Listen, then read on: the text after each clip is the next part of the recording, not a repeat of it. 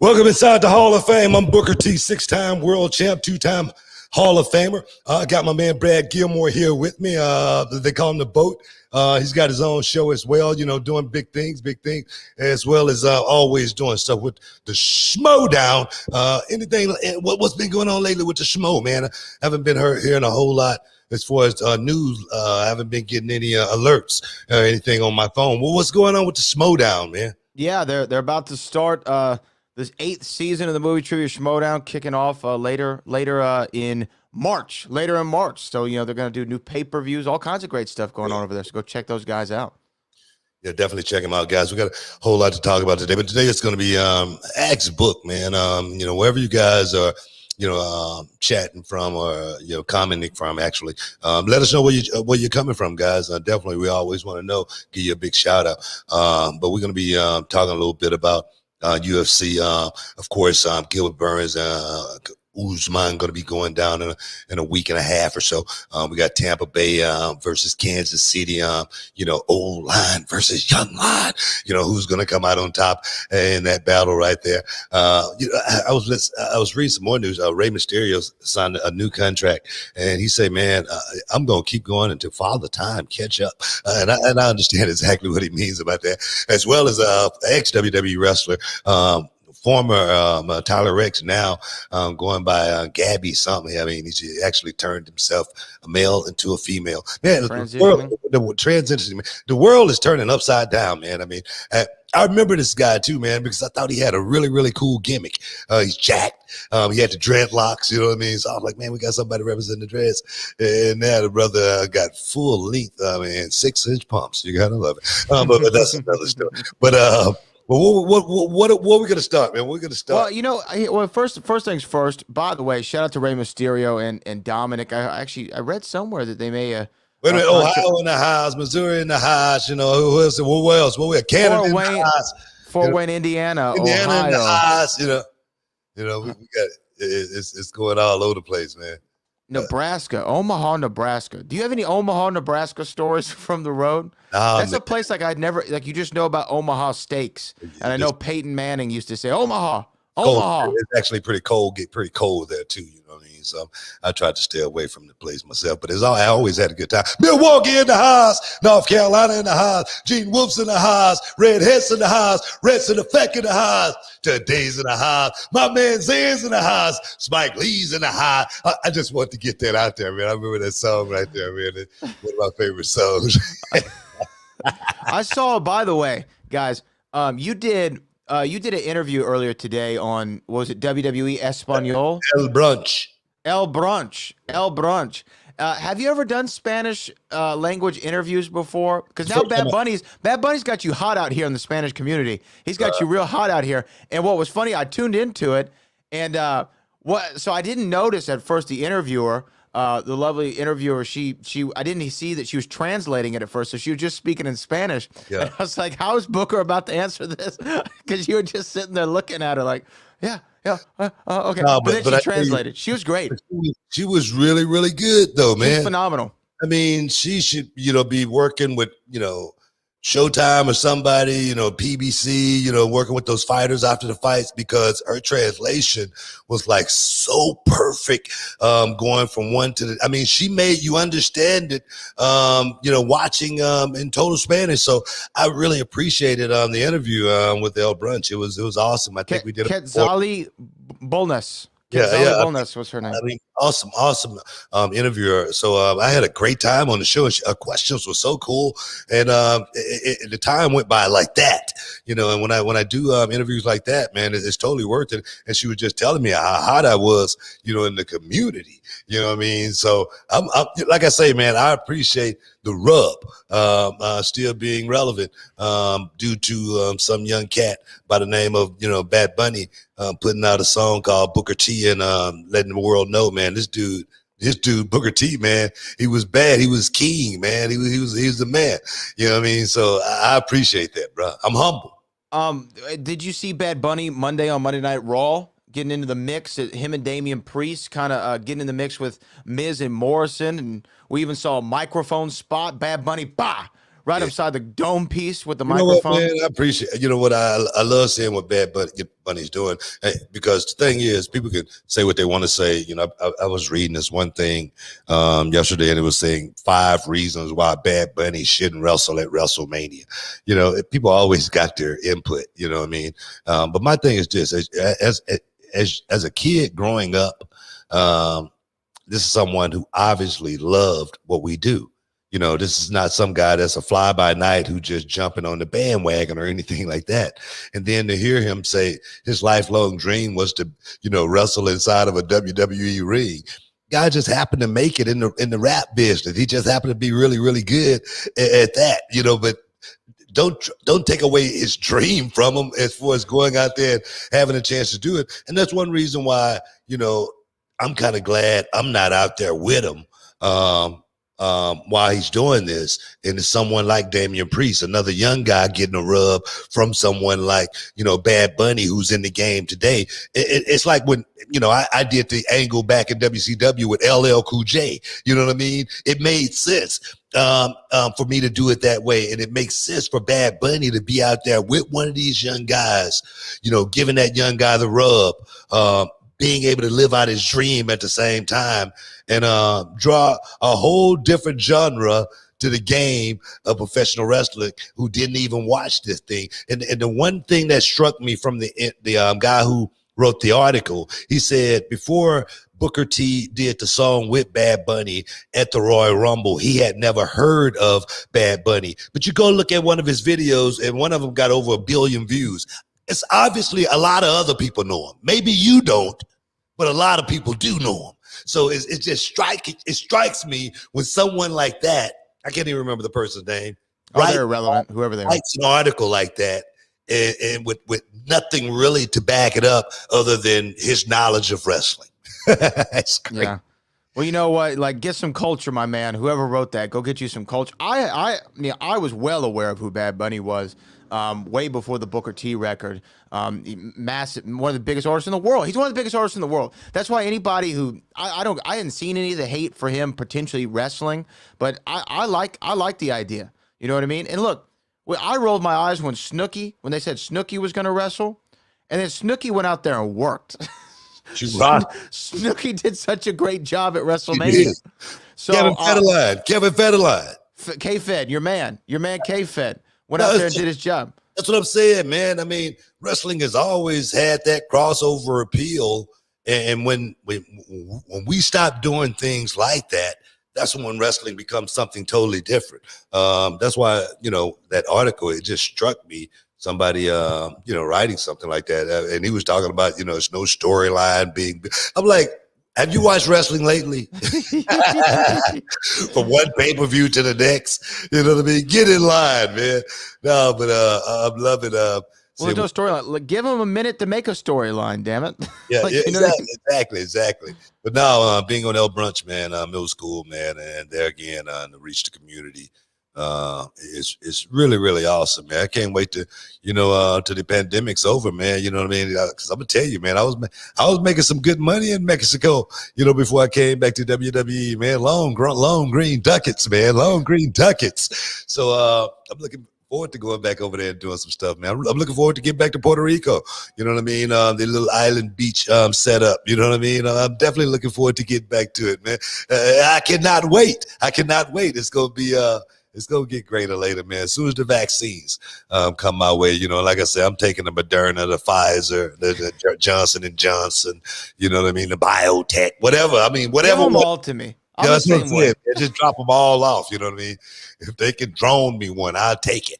You know what I mean? So I'm saying if anybody got some bootleg, you know, vaccines, you know what I mean? Well, I don't know if I'm going to go that far.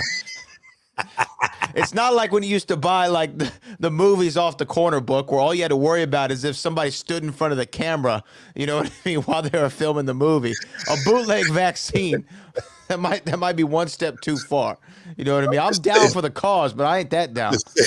I'm just saying, man. I just need one of them. You know what I mean? Right now they're knocking off trucks. You know what I mean? Are they really? Everything, man. I'm serious. It's getting rough out there, Yo, dog. my cousin works for Fauci. I'm gonna tell you where the 18-wheeler is gonna be tonight. All right. Exactly. We got to When it run. rolls up to that red light. We got to run on the truck, and I'm talking about it's like Fast and Furious. You know what I mean? They jacking it. You know what I mean? They off with it. I'm serious, dog. I ain't playing, man. You know what's so funny? No, wait a minute. We got to take a break, man. Oh. We got to take a break. Stick around, guys. We'll be back in a minute.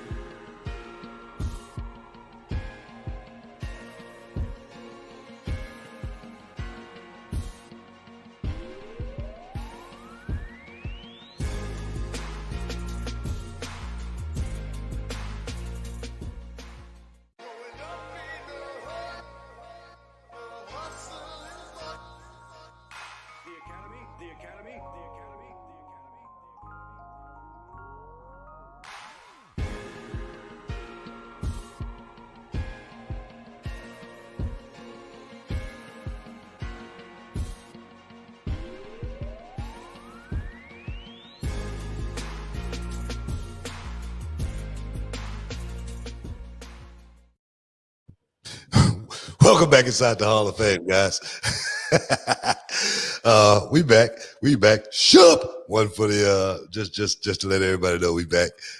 What's on your mind? And now we got a lot of questions coming in. We do have a ton of questions. I don't want to run away from any of the tough questions. These are Bradley. I like the question. Tim Hartley has. We definitely want to answer his question. He said thoughts on NXT doing only 610K last night, even with Edge. And I can understand people wanting to ask questions like that because the war is on. People are talking about the war. People are talking about NXT. People are talking about AEW. And right now, today, we are living in a world where it's really all about numbers, man. It's all about ratings. And I say that because, I was just looking, just last week, Stone Cold Steve Austin down this week on his new show. Stone Cold Steve Austin a little bit up.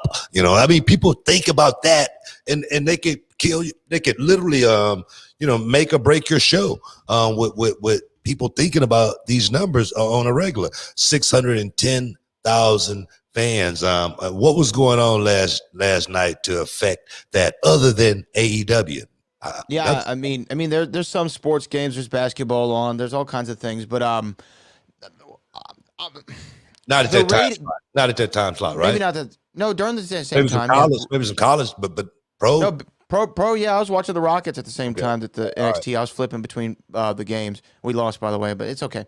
What I was going to say is these ratings, I feel like they're superfluous. I don't know if anyone's ever looked into how Nielsen actually tracks ratings, but it's the most ridiculous thing in the world. It's some random person has a box in their house, and then that person is equal to 25,000 people.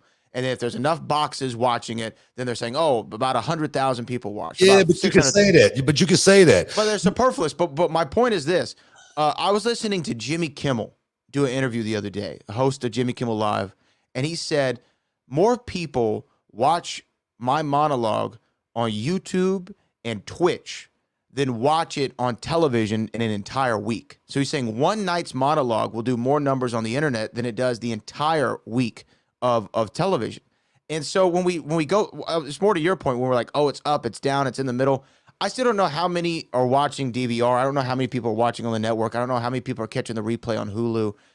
But my thing is this with the NXT versus AEW thing. If I was NXT, I would actually just move to a different night. There's a bunch of nights there in wrestling. There's a bunch of free nights. Do that? Wait a minute. Let me be devil's advocate here. Why would you do that if the numbers don't matter? I didn't say the numbers matter. I said that particular rating is somewhat superfluous. But if I am somebody who cares about the rating from Nielsen, move it to a different night. I don't understand. At first, hey, let's cut AEW off before they even get jumping, right? I understood the thinking behind that. But now that it's kind of gone on and week to week, it seems like AEW has the stronger performance according to Nielsen numbers. I say you have Tuesday open, you have Thursday open. I don't know why you wouldn't move to one of those nights if I'm NXT. Well, okay. Well, What do you think? no. My thing is, if the numbers were, 2 million, views a week, we would be people. A lot of people would be jumping for joy. A lot of people would be celebrating, as well as the network. Okay, the network will be like, man, we got something that's banging right here. Because I don't think the network really is thinking about YouTube unless they're getting a piece off of that. You know what I mean? You know what I mean? Well, So I'm sure they're getting money off of YouTube, but well, yeah, no, I hear what you're saying. I'm just saying. I'm sure they're not getting the bulk of it. But my thing is, with the numbers, being like that, switch, to the other side. Just say, for instance, AEW start drawing, 1,000,001, 1,000,002, and their numbers start going up. It doesn't that tells me that gives me some kind of feel of who's watching my show, and if I'm gaining more speed. Exactly. So I think numbers mean so much, as well as the numbers tell a whole lot as far as about NXT and who's watching the show. And the thing is, are they satisfied with that number, or would they like a better number? That's the question. That is a great question. The other thing is this, though, with WWE Network being sold to Peacock and a part of the NBC Universal family, I wouldn't be shocked if NXT goes back to being an exclusive to the network in order to push more subscribers to the Peacock streaming service, because USA Network is a part of NBC, Peacock's a part of NBC. You want to drive now, you're paying $200 million a year. If you're NBC, you're paying $200 million a year for the rights to have WWE programming on Peacock. Why not try to put as much exclusive content over there than just the pay-per-views? I think it'd make a lot of sense to put NXT over back in the streaming universe on Peacock.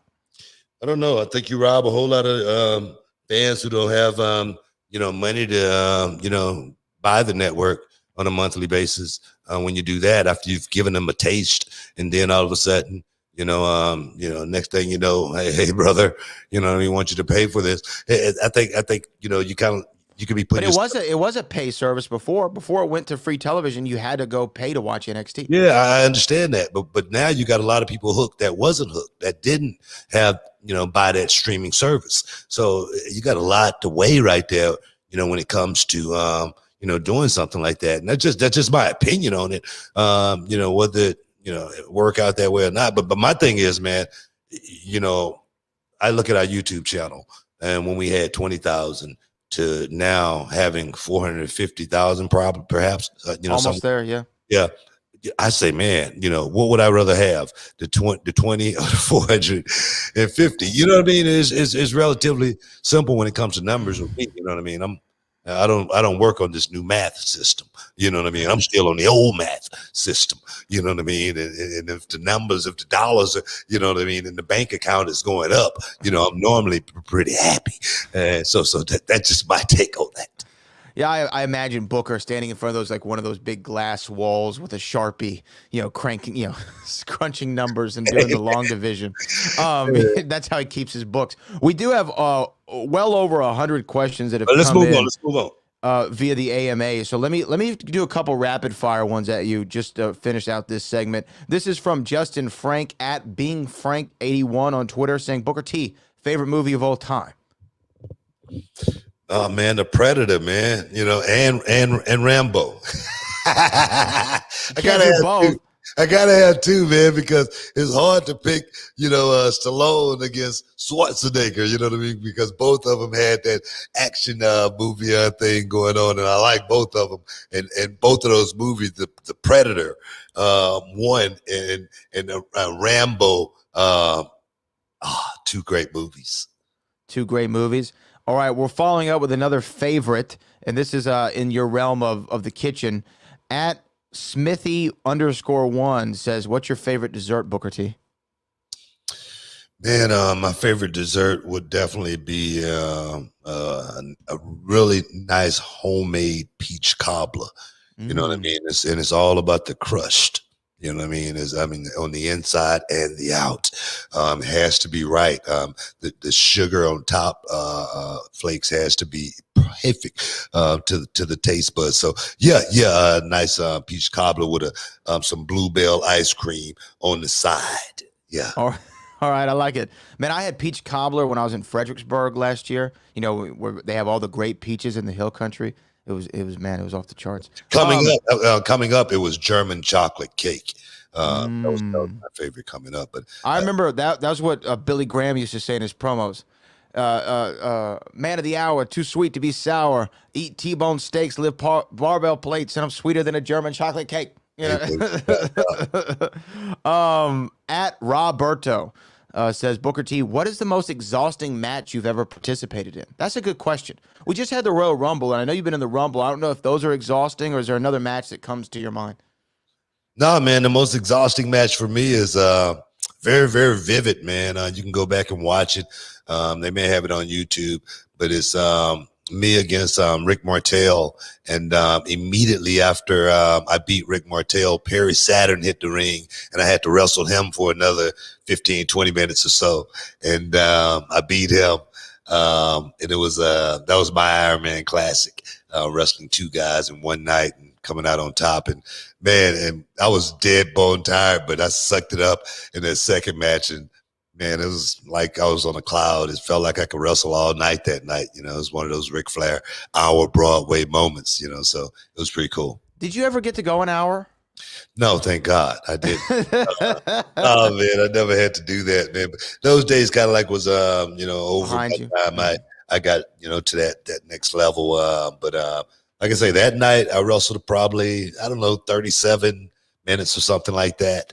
But like I say, against two guys, and you know, one opponent, Perry Saturn, was totally fresh. You know, when he hit the ring, and the thing was, I remember talking to Perry before the match, and I remember I said, man, let's not talk about any spots. Just come in and just go to work on me, brother. And let me get my win back. And he came in and he covered me like 3 times in a row, you know, all different kind of covers. And I ended up, you know, in the ropes, you know what I mean, all tangled up. But it was an awesome, awesome night. But guys, stick around. We got a whole lot more Hall of Fame for you. We'll be back in a minute.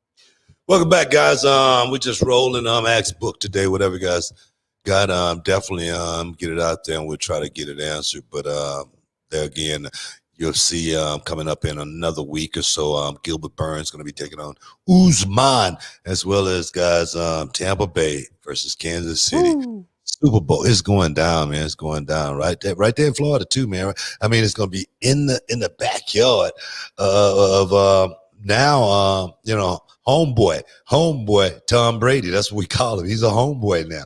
So it's gonna be good, man. It's gonna be good. Old line versus young line is gonna be good. Did you see the Jim McIngvale, Mattress Mac, the bet that he put down on the Super Bowl? Yeah, I saw that, man. You know, $3.46 million on Tampa Bay at +3.5 to win the Super Bowl. Woo. That man likes to gamble, doesn't he? That might be why he got so much gray. That man's been gray as long as I've been alive. He's made money, man. You hear like living in Houston, you hear a lot of stories about Jim Mac, you know, Mattress Mac. You hear like legends of stuff that he's done and money that he's spent. That guy is a quality human being too. Whenever there's a disaster or something, like I remember Harvey, Right when COVID first started going, he was giving out meals and masks to everybody that he could. So he's definitely one of the proud Houstonians. But he loves to gamble on some stuff. Remember, like for the election, he said, you can come in and you can bet on Democrat or Republican, and if your party wins, you get your furniture for free. Yeah. I'm sure a lot of people. And you know what? I don't know how he ensure that, man. How he cover himself on it, but he's definitely a genius. As far as because just say for instance, all the people that win get that stuff for free. If they're customers for life.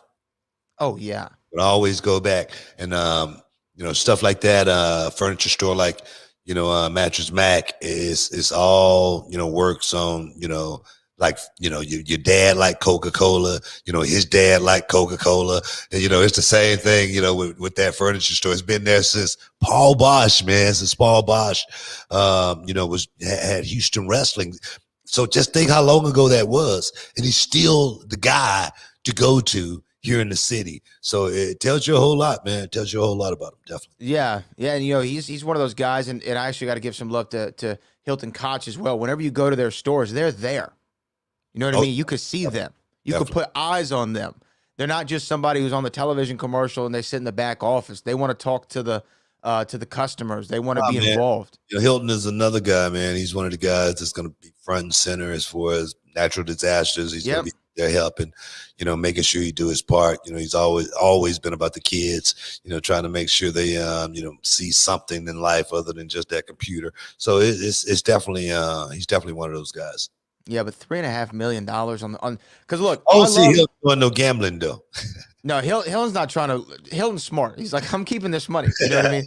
I'm gonna keep this money that I've earned. But Mattress Mac putting all that money on Tom Brady. I love Tom Brady, I do. But I think even though he's the greatest quarterback of all time, you know what I think to make a wrestling comparison? I think that this is going to be like when Shawn Michaels went up against Ric Flair at WrestleMania in Florida, whenever that was, WrestleMania 24 or whatever it was, when it's Ric Flair's last match, it's his last run at it, and Shawn looks Rick right in the face and he says, "I'm sorry, I love you," and then gives him the super kick, puts him one down, 1, 2, 3. I have a feeling we're gonna have an "I'm sorry, I love you" moment with Patrick Mahomes and Tom Brady. He's gonna say, "Brady, I appreciate everything that you've done. You are the GOAT, but it's my time now." That's what I think is going to happen. I don't know, man. And I would love to see an upset, but I think that Patrick Mahomes and that Kansas City team is just so good.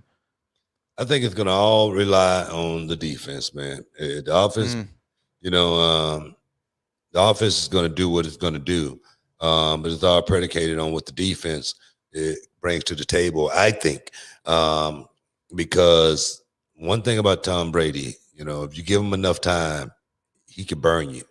And that's just the bottom line.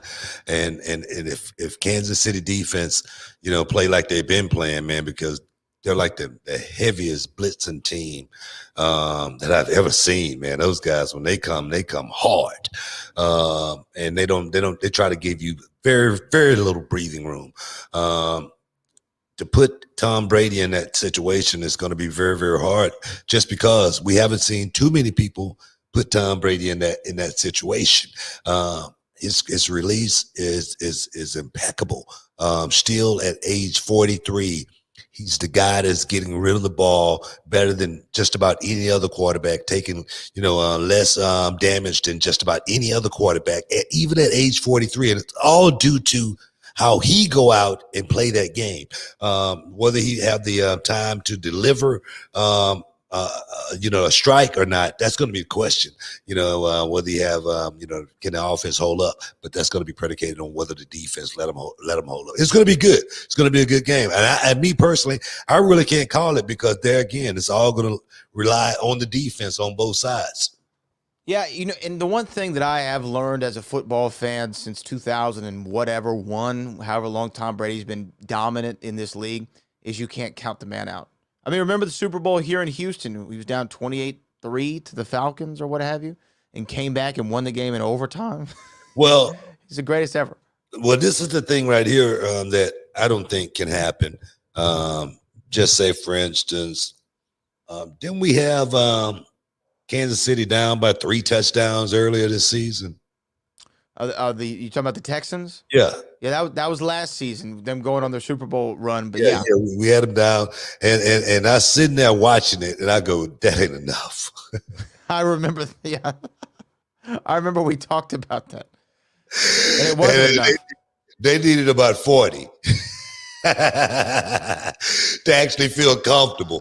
But the thing is, I do not think that Kansas City is going to be able to get down like that with Tampa Bay and feel comfortable enough that they can come back like they've done so many times with so many teams. I think putting themselves behind the 8 ball early, it could be the one thing that bringing them to defeat. That's just my opinion. Hopefully the game turned out to be somewhat like I predict. And so I can say, God, I told you so. I told you the heck yeah. Let me ask you one more thing on the football tip. What do you think about everything that's going on with Deshaun Watson right now? Deshaun Watson formally requested trade from the Texans, and then the Texans hire a new head coach, and the head coach and the GM's like, yeah, we don't have any interest in trading Deshaun Watson. Watson still wants out. He removes everything from the Texans off his Instagram and Twitter profiles, and now Brett Favre is actually getting a lot of heat this morning because he said, hey, I think if you sign a contract, you should stick to that contract and stick to that team. What do you think of where Deshaun is in the whole situation? I feel like Deshaun Watson should do what makes him happy because this city here has never been, pro player. They've never been the guy that stood behind the player.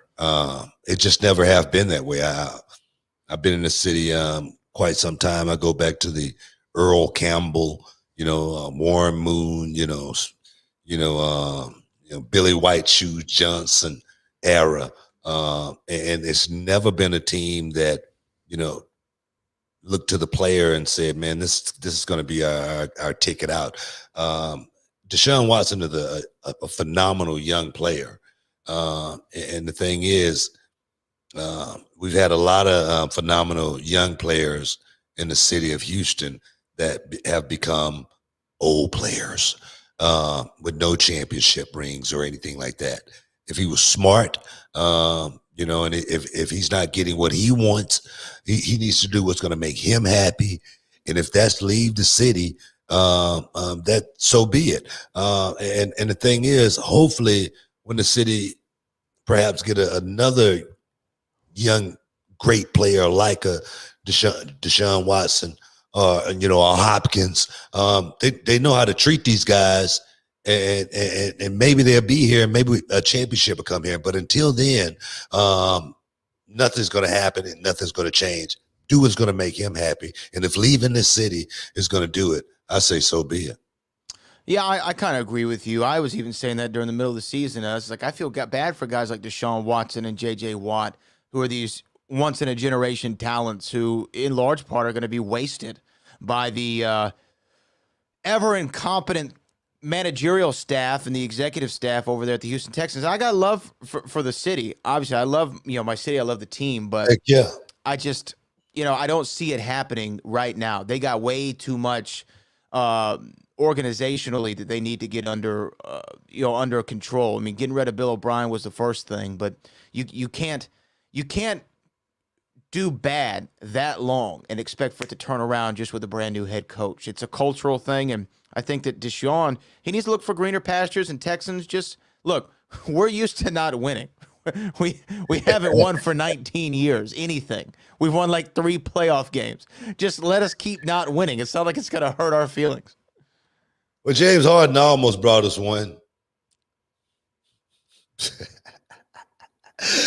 I'm just playing, man. You ain't know I was playing. Well, one thing I do want to point out, since the James Harden trade, Houston, the Rockets have the #1 rated defensive rating in the NBA. We're #1 in the NBA in defense. The Rockets are. The Brooklyn Nets, Harden's new team, they are last in defensive efficiency since the trade. It just lets you know that everything I say always comes to fruition. Stick around, guys. You're in the Hall of Fame. We'll be back in a minute. Hey, what's up, guys? It's Booker T, 6-time world champ, 2-time Hall of Famer, and this is for all up-and-coming professional wrestlers, male and female. You want to know the ins and outs, the do's and don'ts. You got a question, I got the answer. If you want to know how, join my masterclass. Go to realityofwrestling.com for all the information. Starting on Thursday and every Thursday after that, guys. Don't miss out. Don't get shut out. And I know you can dig that.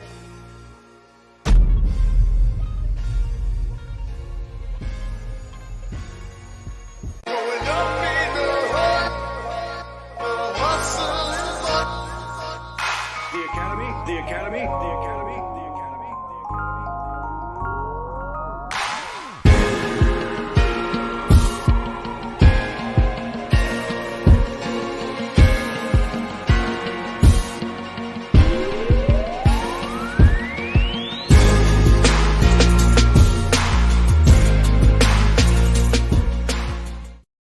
Shoop.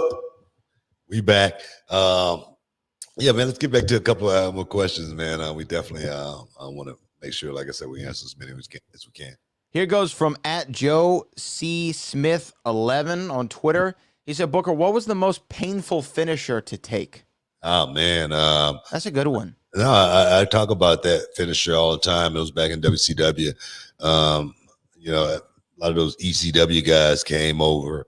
And Mike Awesome was one of the guys. And I remember watching Mike Awesome on ECW, but Paul Heyman used to, manipulate, let's just say, the tape. And, man, I thought those guys could actually work. And then I got in the ring with Mike Awesome. And I go, wait a minute. This guy can't work. And he did the, Diamond's Edge. I guess that's what Razor Ramon used to call it, right? Yeah, the Razor's Edge. Yeah, the Razor's Edge. But it was a running Razor's Edge, and it ran all the way to the other side of the ring and almost killed me. My head almost hit the bottom turnbuckle on the way down. That's how far we went across the ring. And I was out for like 2 months with a bad neck injury after that. And I thought my career was definitely in jeopardy. But that God rest his soul, man, Mike Awesome. But he definitely almost put me on the shelf. That's the thing, the one that gets me that I don't understand, like obviously we had Austin got hurt with a pile driver, but the tombstone is still scary to look at. I know there's probably safe and what have you, but as someone who's been on the receiving end of the Undertaker's tombstone pile driver, I'm sure you have a lot of confidence that Taker's going to give it to you right. But when you're hanging upside down, like what's going through your mind? Well, I'm hanging on for dear life. Trust me, my head ain't gonna move 1 inch. I would be. Who was that? Didn't they say Ben Askren liked to get in the crotch? That's where I was. I was like Ben Askren. I wasn't moving. It wasn't a pretty sight, but I was making sure I'm holding on. Literally. But no, man, I was scared, man. I was scared. I ain't gonna lie. I ain't gonna sit here and lie. But it's a place of course, you gotta. I've always had a lot of trust in the Undertaker, but sometimes you could do something can happen, and it can be your fault. You really right. can't. Well, remember all those? There was like 2 guys, I think, who took the Styles Clash the wrong way, right? They tucked their chin instead of going back with their head, and they ended up getting really hurt from it. Exactly, yeah. So it's sometimes you can make a mistake out there, and just because the adrenaline is flowing, you're thinking one thing, and bang, before you realize it, it's happened. So yeah. I've always wondered about those the pile drivers that just look. What's the easiest finish to take? Like it look like a rock bottom looks pretty easy, right? Stunner. What about is a pedigree a little scary to take? I probably think the AA is probably the easiest bump to take. Oh, John Cena's. John Cena's probably got the easiest bump you can take because it's like going, falling on a pillow or something, But it, if you do it right, people, look at it and say, man, it's pretty awesome. You know what I mean? So, nah, man. It's just about how you do it. What else? All right, this is from @major_cuteness. I thought you was finna say Major Guns. Yeah, Major Guns. You gotta get your mind on Major Guns. Favorite AEW wrestler currently? Oh man, favorite AEW wrestler right now probably is going to be MJF. Just because he's got more charisma than a lot of the guys. Not saying that a lot of guys don't have charisma, but the guy projects himself as to being a star, and I say that because Chris Jericho is not that tall of a guy. He's not.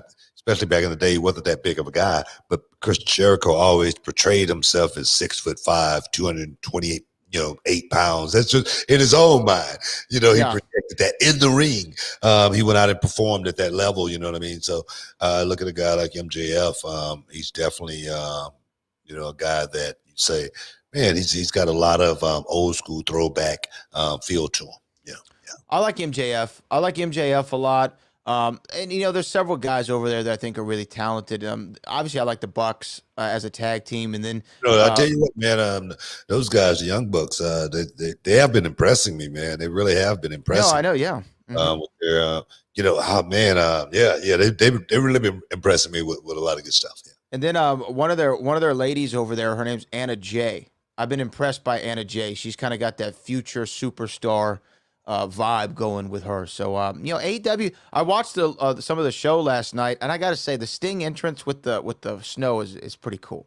It's a pretty cool entrance. Gonna figure out how to get it out of his hair. Yeah, I thought the same thing.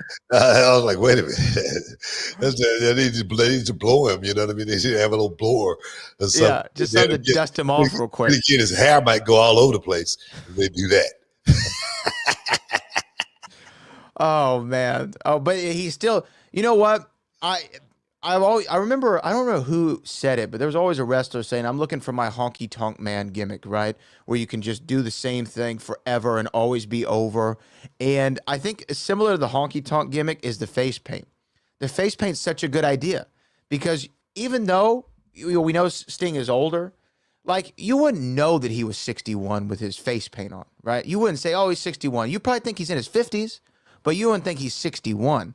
The face paint is key. That's a nice little hack. It's a nice little hack. What are you laughing at? Oh, I guess you can look at it that way, man. I'm not taking it out. Yeah, next question.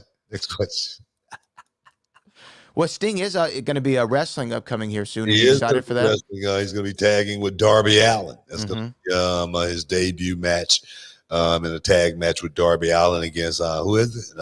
It's Team Taz. I think Brian Cage, and I don't remember who else is who's representing Team Taz, but I know Brian Cage is going to be in there. Brian Cage looks unbelievably jacked.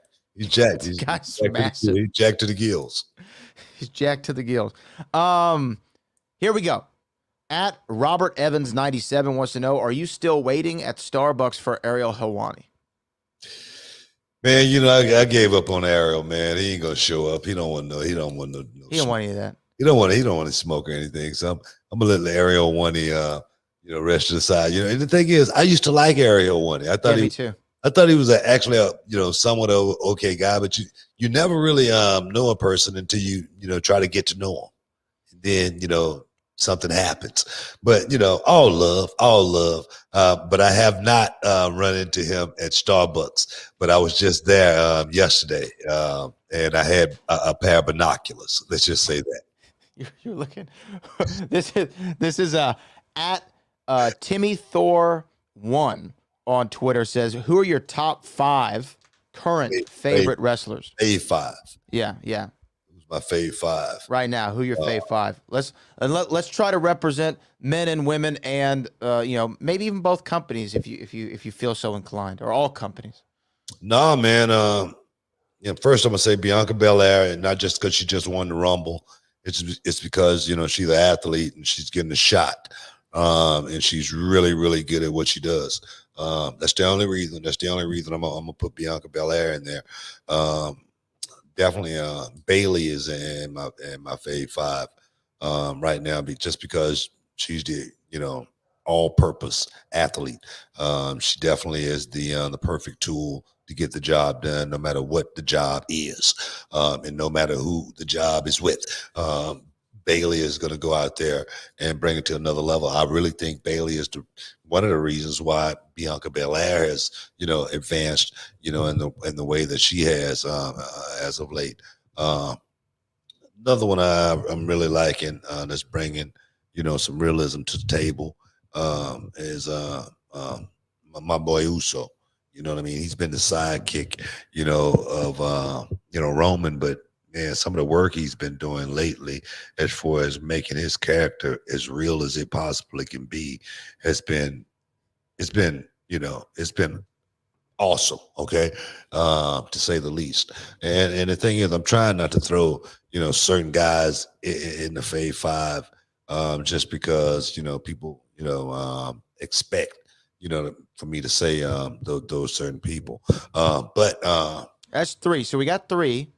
Number 4 probably would be, I'm trying to, move around a little bit. I'm trying to move around, diversify.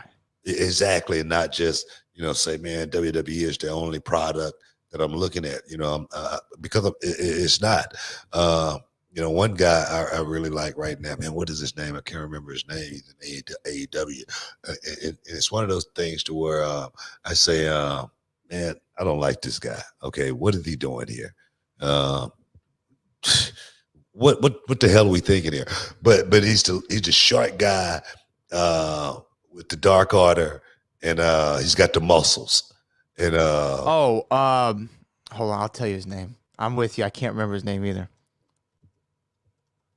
I can't think of his name right now, but man, I tell you, when I watch him work, I go, wow, man, he's got everything that a professional wrestler, he's got everything a promoter would want from a wrestler, and he goes out and he pulled his job off each and every time. Can't think of his name right now, but guys, we got to take a quick break on the back end. We'll definitely let you know what his name is. We'll be back in a minute.